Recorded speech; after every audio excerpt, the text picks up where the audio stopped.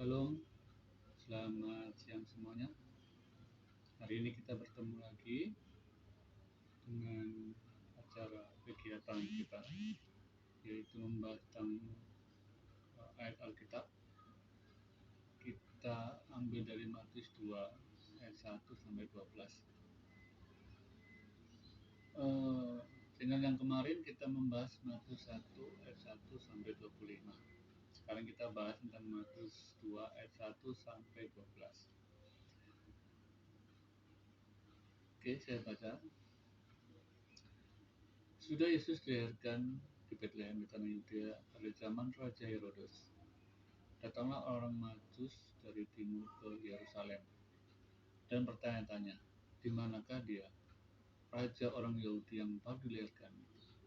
Kami telah melihat bintangnya di timur dan kami datang untuk menyembah dia. Ketika Raja Herodes mendengar hal itu, terkejutlah dia beserta seluruh Yerusalem. Maka dikumpulkannya semua imam kepala dan ahli Taurat bangsa Yahudi. Lalu dimintanya keterangan dari mereka di mana Mesias akan dilahirkan. Mereka berkata kepadanya, di Betlehem, tanah Yudea, karena demikianlah ada terus dalam kitab Nabi. Dan engkau Betlehem, tanah Yudea, Yehuda, engkau sekali-kali bukanlah yang terkecil di antara mereka yang memerintah Yehuda. Karena daripadamu lah akan bangkit seorang pemimpin yang akan menggembalakan umatku Israel. Lalu dengan diam-diam Herodes memanggil orang-orang Majus itu dan meneliti bertanya kepada mereka bila mana bintang itu nampak. Kemudian ia menyuruh mereka ke Betlehem, katanya, pergi dan selidikilah dengan seksama hal-hal mengenai anak itu, dan segera sudah kamu menemukan dia, kabarkanlah kepadaku supaya aku pun datang menyembah dia. Setelah mendengar kata-kata raja itu, berangkatlah mereka dan lihatlah bintang yang mereka lihat di timur itu mendahului mereka hingga tiba dan berhenti di atas tempat di mana anak itu berada. Ketika mereka melihat bintang itu, sangat bersukacitalah mereka. Maka masuklah mereka ke dalam rumah itu dan melihat anak itu bersama Maria, ibunya, lalu sujud menyembah dia. Mereka pun membuka tempat harta bendanya dan mempersembahkan persembahan kepadanya, yaitu emas, kemenyan, dan mur.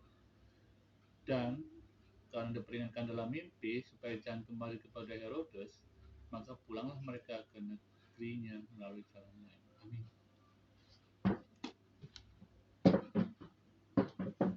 Oke, kita bahas firman Tuhan ini satu persatu, saudara. Jadi hari ini kita belajar tentang Alkitab mengenai tentang kelahiran Tuhan Yesus. Saudara perhatikan, Yesus itu lahir di Betlehem sudah diwahyukan sebelumnya. Jadi Yesus itu bukan ada di bumi ini tanpa ada tanda-tanda. Tuhan kita lahir di bumi itu karena dibuat suatu tanda, sudah diwahyukan. Jadi tandanya sebuah bintang. Dan yang membaca bintang itu malah bukan orang Israel, orang Majus, orang jauh di luar Israel.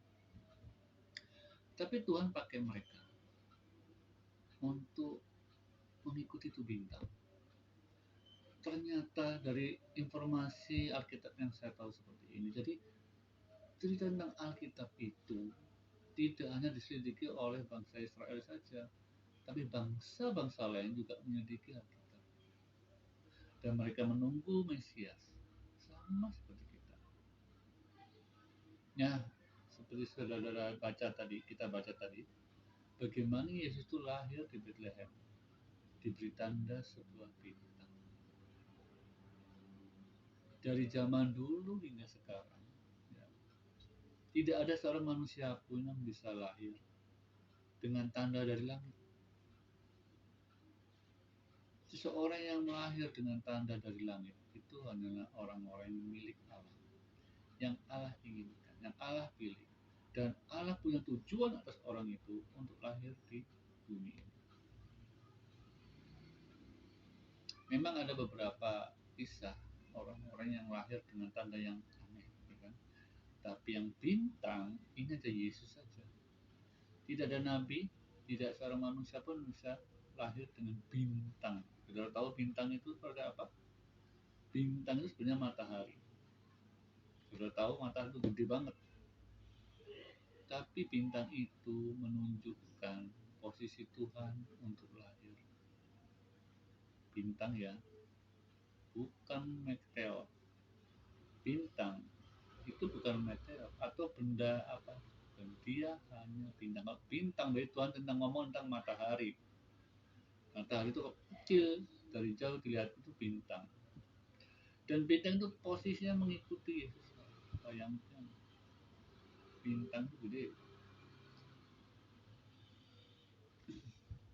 Itu sudah perhatikan.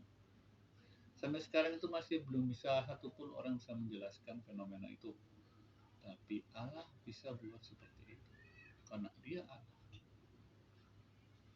Bintang. Satu. Yang pertama, dia lahir sebagai seorang dari ibu yang masih perawan. Itu keanehan yang pertama. Yang kedua, bintang. Yang ketiga, yang mengetahui bintang itu bukan orang Israel, tapi orang jauh di luar Israel. Mungkin orang tidak mengenal Allah. Tapi Allah izinkan orang-orang seperti itu untuk menjadi tanda kelengahan kita sebagai orang Yahudi, sebagai anak Tuhan. Yang mengenal Tuhan malah orang-orang di luar keseharian yang bersama Tuhan. Oke, itu untuk anak. Tiga. Yang berikutnya apa yang dilakukan Raja Herodes? Orang Israel ada nggak yang datang ketika Yesus lahir? Adakah orang Yahudi datang ke Bethlehem untuk mencari itu bintang? Atau bersama-sama dengan orang Majus? Enggak ada. Ketika Tuhan datang, tidak ada satupun orang percaya, orang Yahudi yang datang. Ini saya baca yang dari kitabnya. Sebatas ini yang saya baca di Matius. Saya nggak bandingkan dengan ayat lain, saya baca sebatas ayat ini dulu. Matius 2 ayat 1 sampai 12. Kita baca situ aja. Kita berpikir seperti Matius, ya. Apa yang kita baca itu yang kita bahas. Lalu apa yang dilakukan orang Majus itu? Bertemu dengan Herodes, ya dia ngomong apa adanya. Jadi orang luar itu datang kepada raja untuk memberitakan tentang kabar Yesus. Ketika ke sana yang datang cuma Ibu Maria, terus apa yang dilakukan orang Majus itu? Orang yang nggak percaya itu apa yang dilakukan ketika raja itu adalah di kandang domba? Apa yang mereka lakukan?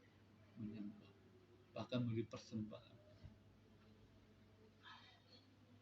Orang di luar Tuhan menyembah dan memberi persembahan. Mana Yahudi? Orang yang dekat dengan Herodes ada yang datang? Tidak ada yang datang. Fenomena itu terjadi sama persis nanti ketika Tuhan datang. Jangan aneh, yang Tuhan angkat itu malah bukan orang-orang yang seiman. Kan yang dipilih itu bukan bentuk seiman. Karena Allah yang mengetahui hati seseorang. Orang Majus, bukan orang seiman. Orang di luar ya. Gambaran ini sebenarnya menjadi gambaran kita. Ketika Tuhan datang seperti itu posisinya. Tidak ada satupun orang yang mengenal, yang mencari Tuhan, orang-orang yang tidak setiap harinya berdoa. Jangan kaget ya. Jangan kita seperti itu. Lalu yang saya bilang tadi ayat yang ke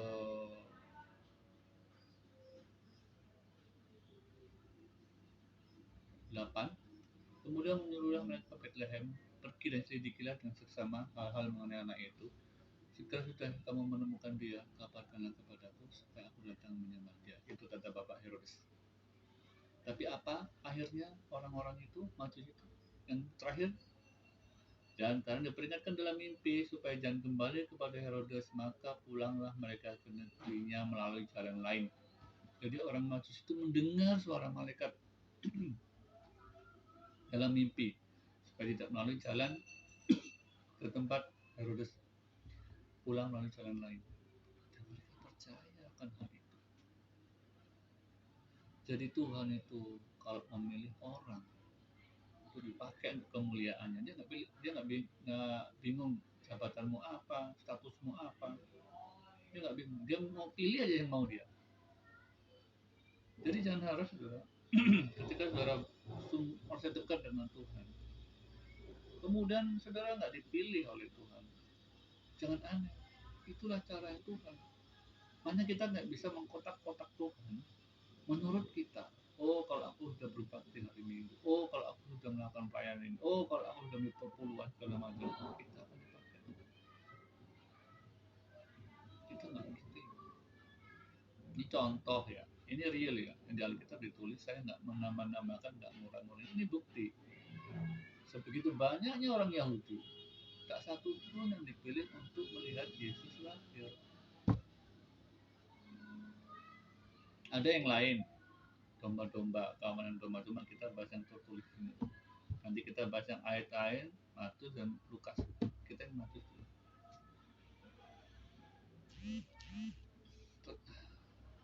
Fenomena yang aneh, Tuhan datang tapi nggak ribut, nggak seheboh ketika artis atau raja melahirkan anak dan segala macam. Itu sama sekali nggak terekspos. Dan Allah buat seperti itu. Jadi kebenaran sampai sekarang pun tetap tidak terekspos, walaupun mereka tahu Yesus, tahu Alkitab, tapi sama sekali kebenaran tidak mereka rasakan, baik dari orang Kristen, apalagi non Kristen. Kebenaran tetap termeterai, saudara, dan hanya diberikan kepada orang-orang dimaui Allah saja, umatnya saja. Firman Tuhan sampai hari ini tetap termeterai. Rumusnya cuma satu, hukum kasih.